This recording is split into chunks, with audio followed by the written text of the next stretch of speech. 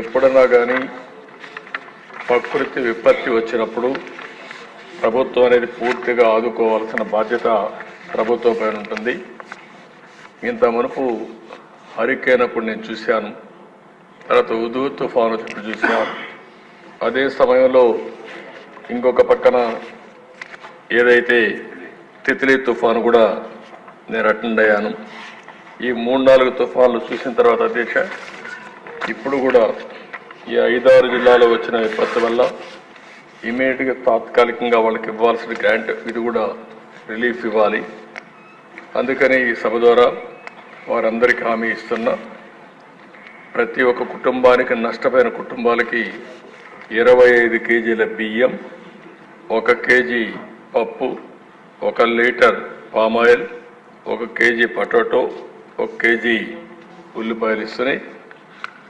ఎప్పుడు ఇవ్వని విధంగా ఎవరైతే ఇళ్ళు పూర్తిగా నీళ్ళు వచ్చి ఇబ్బంది పడ్డారో, అదే మరి క్యాంపులకు తీసిపోయి పెట్టారో, అలాంటి ఇండ్లకు ప్రతి ఒక్కరికి కుటుంబానికి 3,000 రూపాయల చొప్పున ఆర్థిక సహాయం చేస్తారు.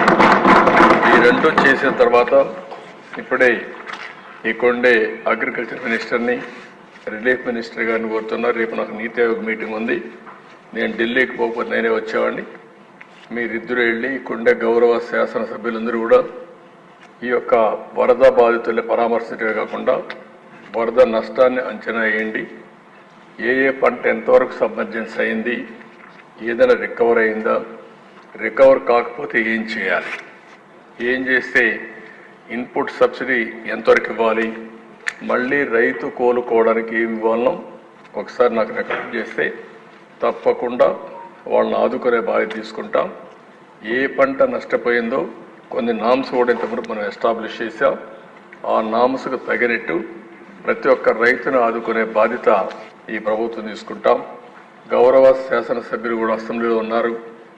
నేను ఈ రోజు వరకు ఇక్కడే ఉన్నాం. ఈ మధ్య వచ్చిన వరదలు కానీ మామూలుగా ఇక్కడ వచ్చిన వరదల కంటే పైన పడిన వర్షాల వల్ల ఎక్కువ నీళ్లు రావడం, గోదావరి ప్రాంతాల్లో ఎక్కువ గురయ్యే పరిస్థితి వచ్చింది.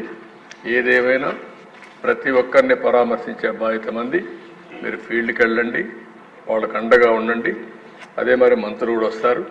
అదే మరి ఆ జిల్లా మంత్రులు కూడా సమీక్షలు చేసుకుని మీ జిల్లాలో ఉండే పంట నష్టం పూర్తిగా వివరాలు అందజేయండి. వాళ్ళందరికీ న్యాయం చేసే బాధ్యత ఈ ప్రభుత్వం తీసుకుంటామని చెప్పి తెలియజేసుకుంటూ, ఇప్పటికే నామ్స్ ఉన్నాయి.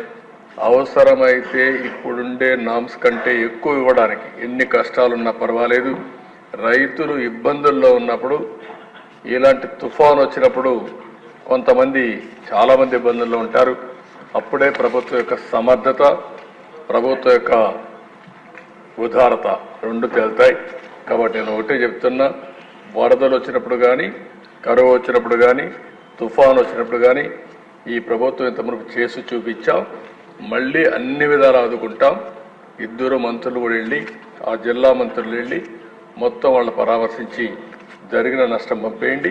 ప్రతి ఒక్కరిని ఆదుకునే బాధ్యత తీసుకుంటామని చెప్పి మరొకసారి తెలియజేసుకుంటూ, మీ ద్వారా ప్రజలకు కూడా తెలియజేస్తున్నా, మీకు జరిగిన నష్టం వివరించండి, అన్ని విధాలు ఆదుకుంటామని మరొకసారి